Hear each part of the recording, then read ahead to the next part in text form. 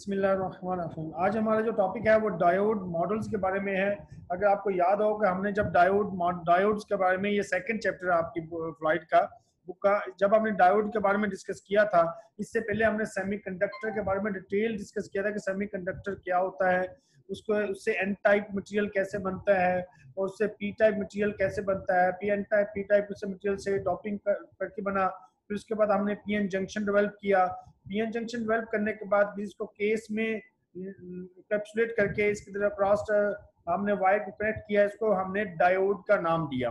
आज हम जो उसके बाद हमने इसकी कैरेक्टरिस्टिक्स भी पढ़ी, हमने जो मैंने लास्ट टाइम डिस्कस की थी। आज जो हमारा जो टॉपिक है वो डायोड मॉडल्स के बारे में है। इसमें इस टॉपिक में हम तीन टाइप ऑफ मॉडल पढ़ेंगे। फर्स्ट टाइप जो है वो आइडियल मॉडल है, सेकंड जो है वो प्रैक्टिकल मॉडल है, third one is complete model. देखिए डायोड मॉडल्स में बेसिकली तीन मॉडल्स को डिस्कस किया जाता है। एक हमारा मॉडल जो है वो आइडियल मॉडल है, और second one is practical model and third one is complete model. ये बहुत इजी है, बहुत आसान है। अगर आप खुद भी इसको रिव्यू करेंगे बाद में, कि होप कि आपको समझ आ जाएगा। सबसे पहले हम सिंपल बाइसिंग कनेक्शन चेक समझते हैं कि एक डायोड का सिंबल हमने लास्ट टाइम डिस्कस किया था कि ये एक ट्रायंगल शेप यूं, और इसका ये जो लाइन है ये एन है, और ये आपका जो है ये पी है। ये डायोड का सिंबल है, और पी साइड जो हमेशा पॉजिटिव होती है, एन टाइप जो मटेरियल ये नेगेटिव होती है। अब आपको हमने लास्ट टाइम डिस्कस किया था कि अगर हम चाहते हैं कि ये डायोड फॉरवर्ड बाइस हो, अगर डायोड फॉरवर्ड बाइस हो तो इसके लिए कंडीशन ये थी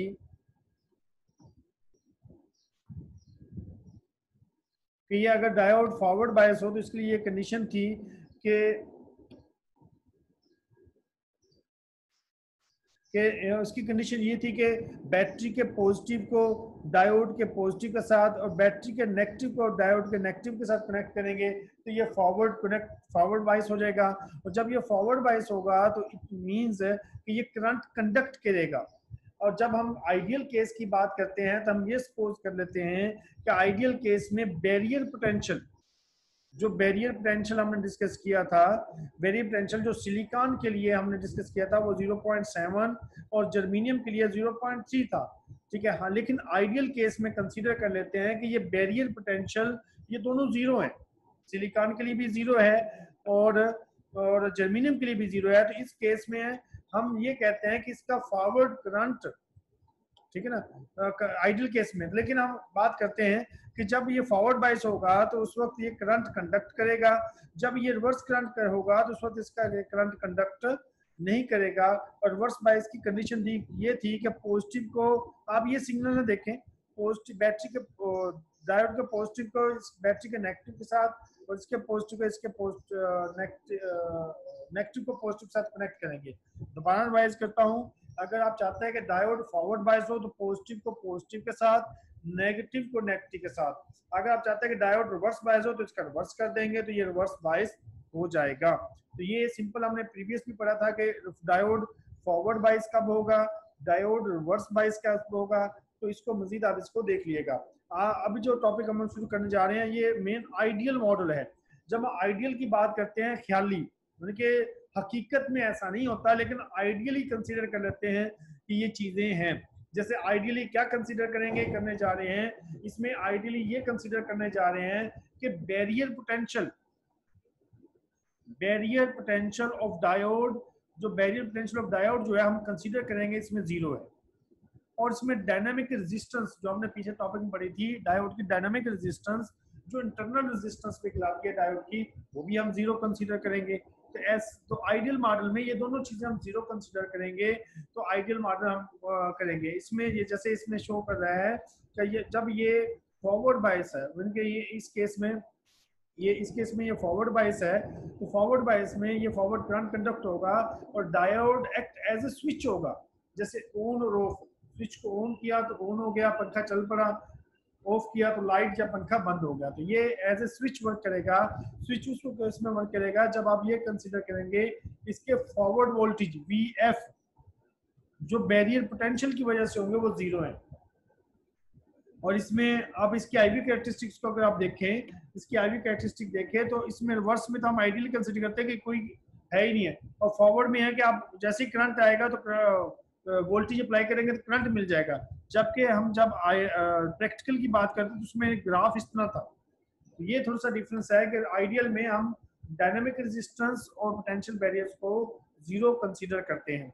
जैसे आप इसमें आप देखें कि इसमें वाज़ह लिखा हुआ है कि फॉरवर्ड वोल्टेज जो डायोड के क्रॉस, अगर आप थोड़ा सा मैं आपको डायग्राम बना के दिखाऊं, सपोज ये आपका डायोड है, ये आपका पोटेंशियल बैरियर है, और ये इसके क्रॉस आपने कोई बैटरी अप्लाई कर दी है, ये सपोज ये P है और ये N है। अगर ये फॉरवर्ड बायस है तो इधर पॉजिटिव होगी और इधर नेगेटिव होगी, ये पॉजिटिव है, ये नेगेटिव है।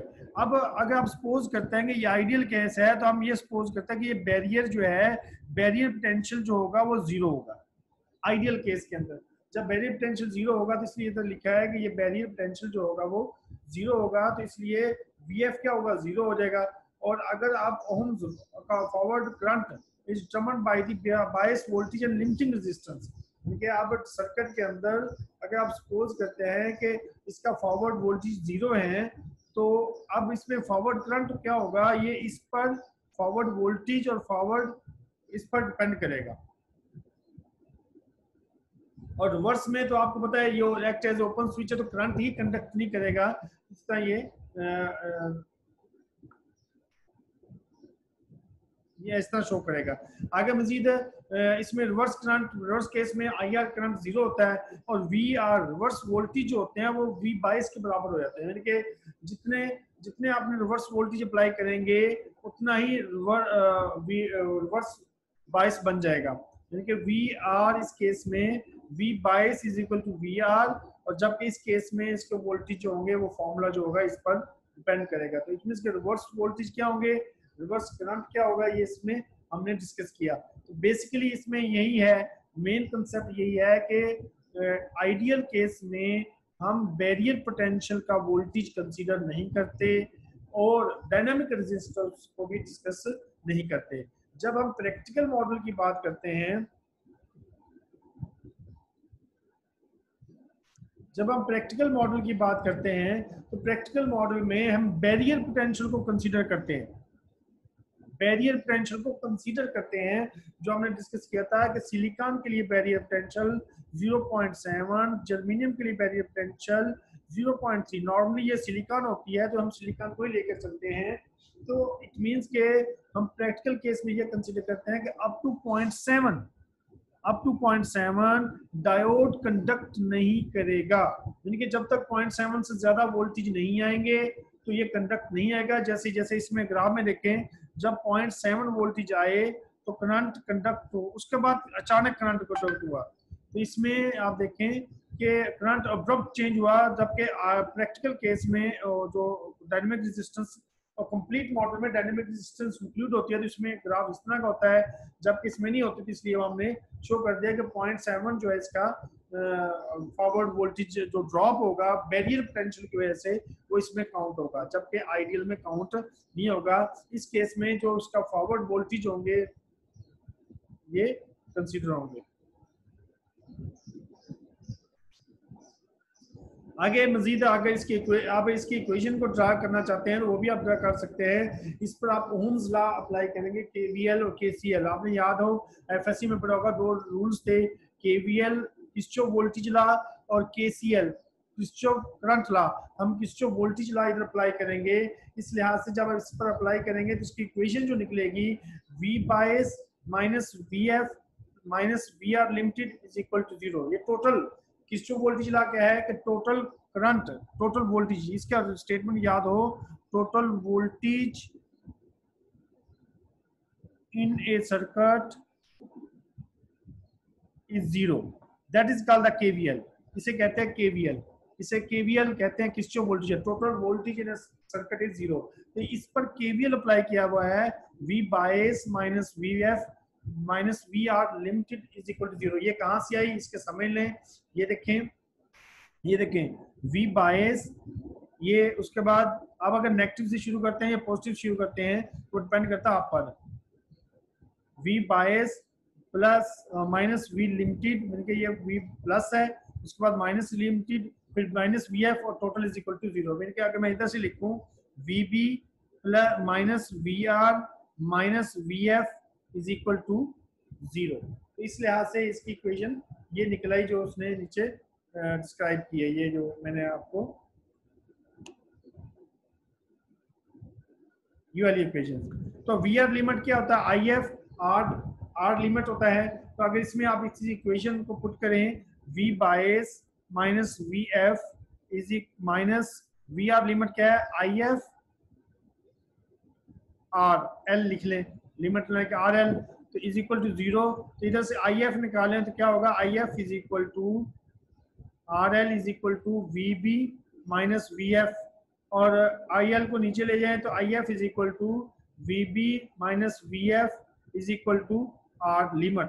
अब वी एफ क्या है, ये आपका बैरियर पोटेंशियल जो 0.7 है। तो इस तरह ये इक्वेशन इसमें ड्राई करेगी। ये फॉरवर्ड केस में है, जब डायोड जो है आपका फॉरवर्ड है। जब रिवर्स केस में आएगा तो आई आर क्या हो जाएगा, 0 हो जाएगा, रिवर्स करंट जो होगा, करंट कंडक्ट नहीं होगा, और V R is equal to V bias हो जाएगा।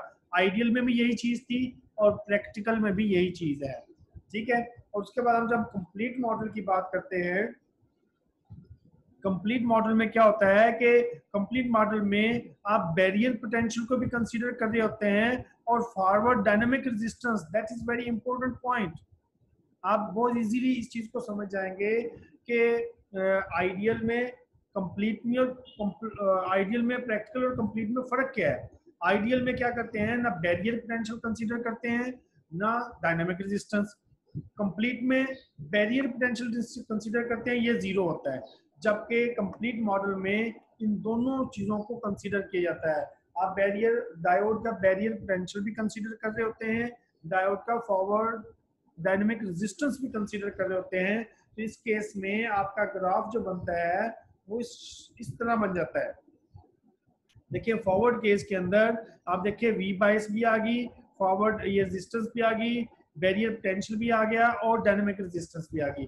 तो जबकि कंप्लीट में ये चीज नहीं थी, और जबकि आइडियल में ये दोनों ही नहीं थे, ये दोनों फैक्टर नहीं थे। और रिवर्स में तो ये वही रिवर्स रेजिस्टेंस ही इसमें आ जाएगी। और जब आप इसकी इक्वेशन की बात करते हैं तो इस पर भी KVL Kirchhoff voltage law apply करेंगे। किरचॉफ वोल्टेज लॉ कैसे अप्लाई करेंगे ये मैंने मेंशन किया हुआ है। अगर आप इस इधर से ही देखें कि V bias minus I F R L minus V P minus R D is equal to 0, ये इस इक्वेशन मैंने लिखी है। और उसके बाद इसमें आप वैल्यू पुट करें और उसको सॉल्व करें तो आप इधर से आई एफ वैल्यू भी इजीली कैलकुलेट कर सकते हैं और इसमें आप इक्वेशन को ड्राइव कर सकते हैं। फिर भी आप इसमें ये तमाम चीज़ें ड्राइव की हुई है, काइंडली बेटा इसको अच्छे अंदाज से देखेंगे तो आपको समझ आ जाएगी। आगे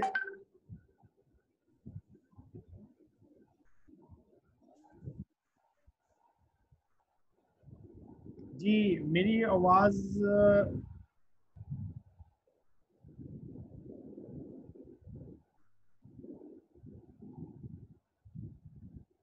आवाज़ तो आनी चाहिए, मेरी आवाज़ क्लियर है। मे बी आपकी तरफ से नेट प्रॉब्लम हो तो शायद आवाज़ ना आ रही हो, तो आवाज़ आ रही है मेरी तरफ से तो क्लियर है। आगे मजीद ये लास्ट पॉइंट एग्जांपल है, ये बेटा आपने लाजमी करनी है, ये बहुत इजी है। इसमें आपने वही चीज़ें डिस्कस करनी है कि ये ग्राफ शो किया गया है कि आपने इसमें आइडियल मॉडल फॉरवर्ड में और फॉरवर्ड करंट फाइंड करना है, आइडियल में भी करना है, प्रैक्टिकल में भी करना है और कंप्लीट में। जस्ट ये इक्वेशन है ऊपर हमने जो फॉर्मूले ड्राइव किए हैं उसके ही सोल्यूशन है।